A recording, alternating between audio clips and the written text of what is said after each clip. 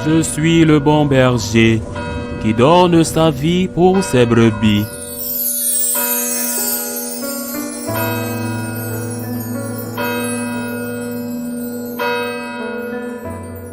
En ce temps-là, Jésus disait à ses disciples, « Vous êtes le sel de la terre, mais si le sel devient fade, comment lui rendre de la saveur? Il ne vaut plus rien. On le jette dehors et il est piétiné par les gens. Vous êtes la lumière du monde.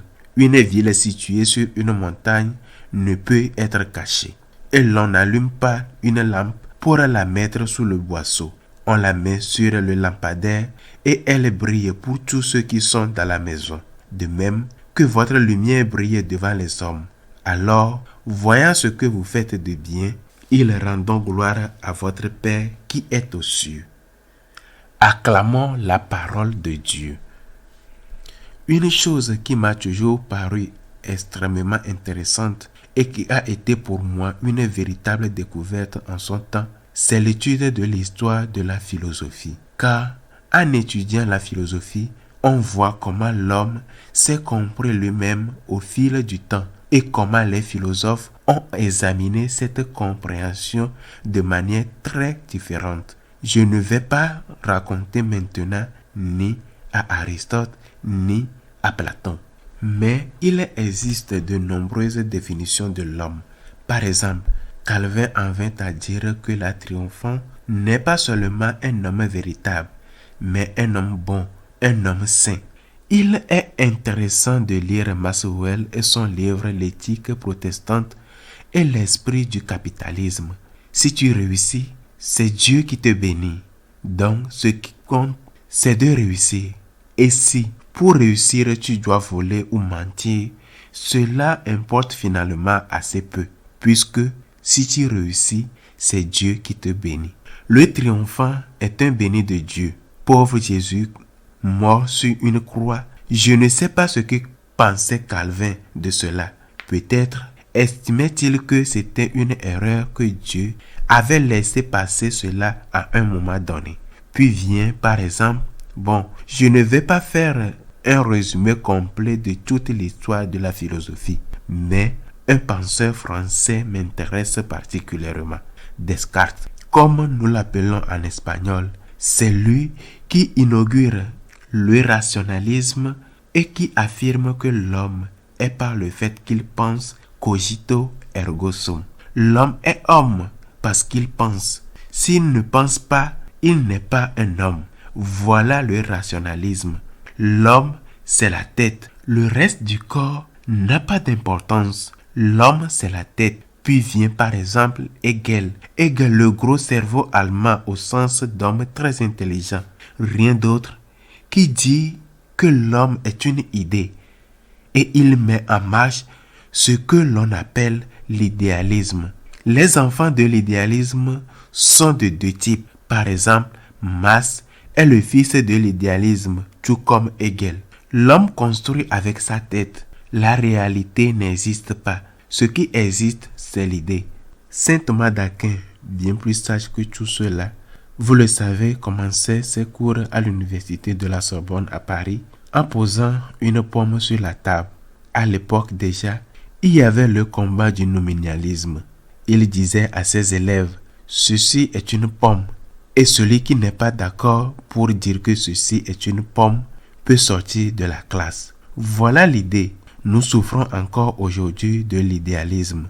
Toute cette idéologie woke, idéologie du genre, est une conséquence de l'idéalisme. L'homme n'est pas son corps.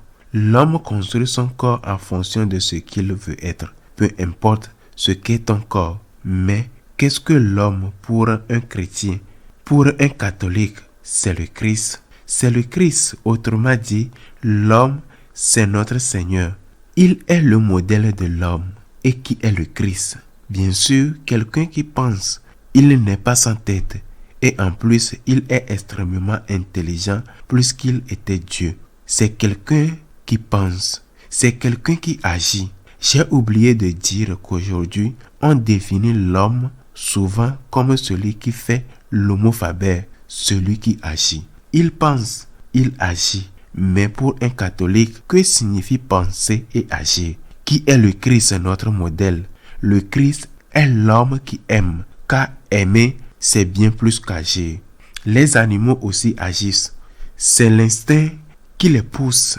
Quand tu aimes, tu as d'abord pensé. Mais tu n'as pas seulement pensé, tu as pensé et tu agis. Je veux faire cela pour telle raison et je le fais. Si je dis, je voudrais faire cela et que je ne l'ai pas fait, tu n'aimes pas, tu restes dans la théorie. J'aimerais que, oui, tu aimerais que, non. Fais-le en même temps, mais avec une motivation. Pas seulement comme Homo faber. Et c'est l'homme qui se soumet à la réalité. Saint Thomas d'Aquin disait admirablement, la vérité est hors de moi. La vérité ne consiste pas à adapter la réalité à moi, mais à m'adapter moi-même à la réalité, parce que la réalité est hors de moi. Ceci est une pomme, mesdames et messieurs, et celui qui n'est pas d'accord peut quitter la salle, car ceci est une pomme et non un melon. La réalité est hors de moi.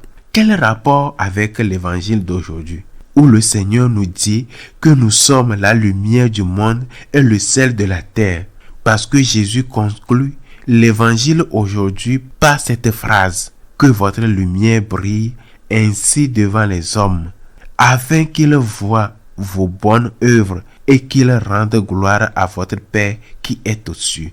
Autrement dit, nous devons avoir de bonnes œuvres. Nous devons aimer. Mais aimer signifie penser et agir. Aimer, c'est bien plus que se laisser porter par le sentimentalisme. J'ai envie. Je n'ai pas envie. D'accord, tu en as envie. Mais est-ce qu'il s'aime vraiment? S'aime-t-il ou est-ce seulement du sentiment? Et cela vaut aussi pour les hétérosexuels comme pour les homosexuels. Chérie, je t'aime beaucoup. Et peu de temps après, je ne ressens plus rien pour toi. Débrouille-toi. L'homme qui aime, l'homme qui imite le Christ, l'homme qui pardonne, qui partage, qui apprend à se mettre à la place de l'autre. L'homme qui aime n'est pas celui qui trie. Celui-ci est de mon parti politique. Je l'aime. Celui-ci ne l'est pas. Je le déteste. Celui-ci est de ma couleur de peau.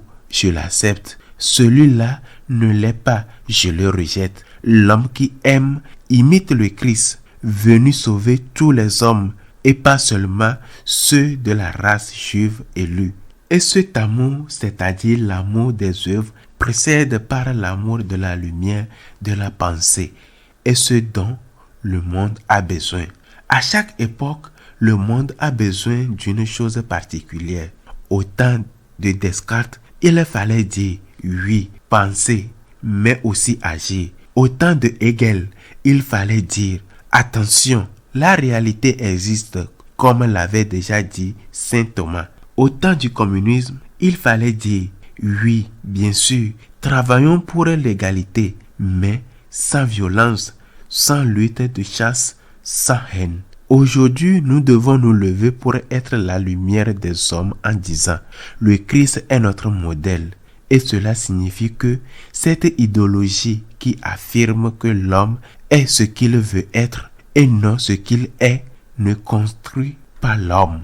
Le Christ est notre modèle et cela signifie qu'il faut aimer tout le monde, mes frères, et qu'il faut savoir pardonner et aussi savoir demander pardon.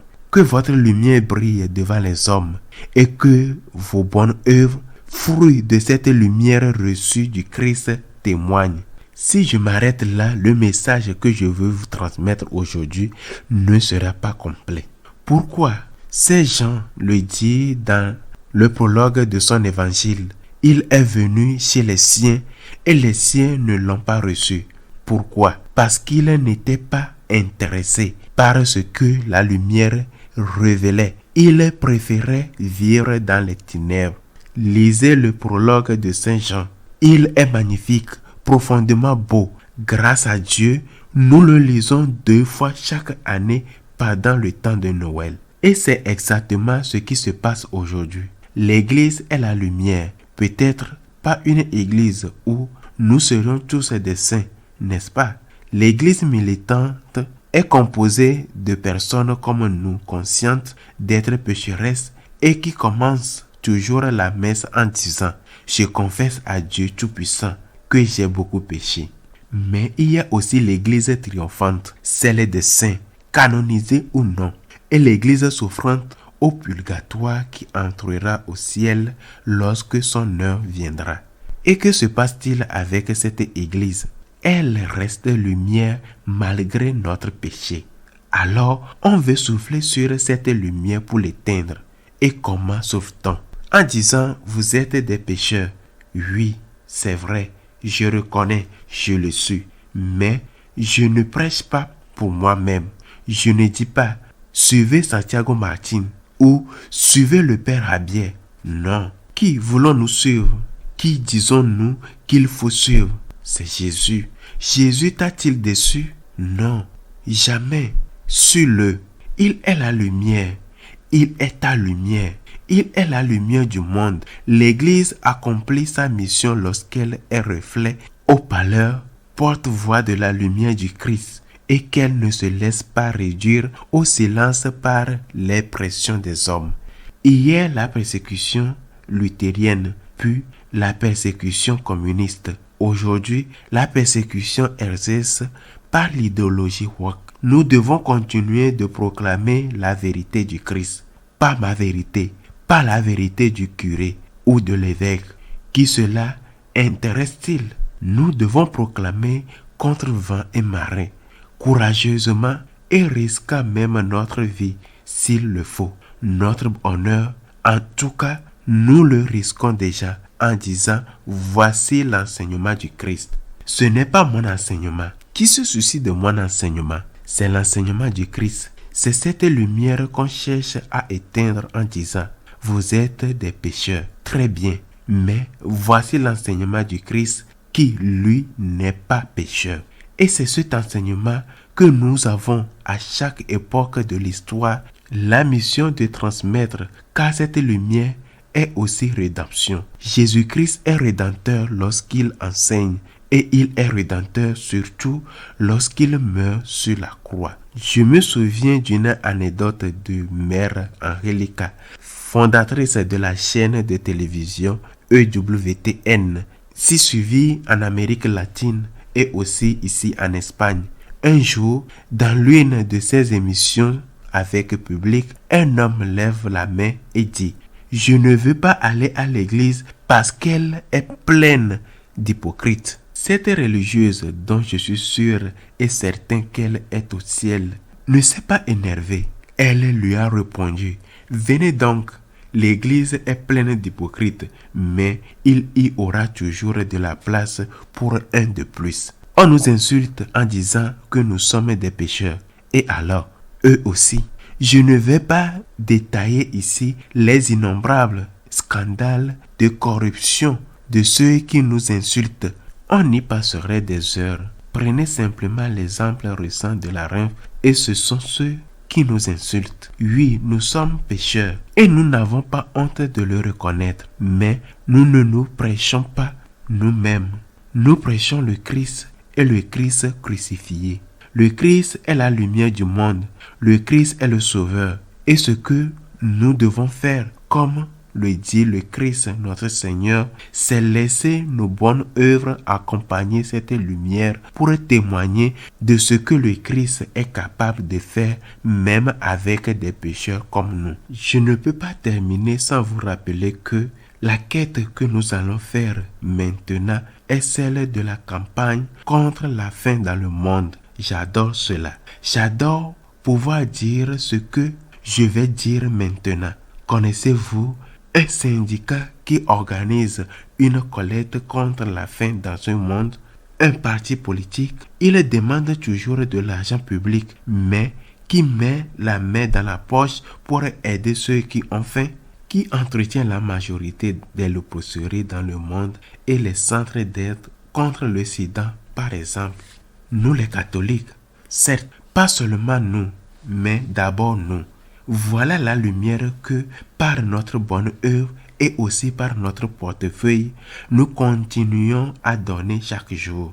Les missionnaires sont là, donnant leur vie pour être aux côtés de ceux qui souffrent. Voilà ceux qui mettent en pratique la lumière du message du Christ. Il n'y a pas pire aveugle que celui qui ne veut pas voir. Et ceux-là, ils ne veulent pas voir.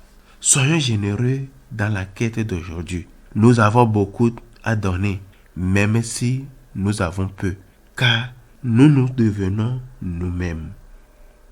Qu'il soit ainsi.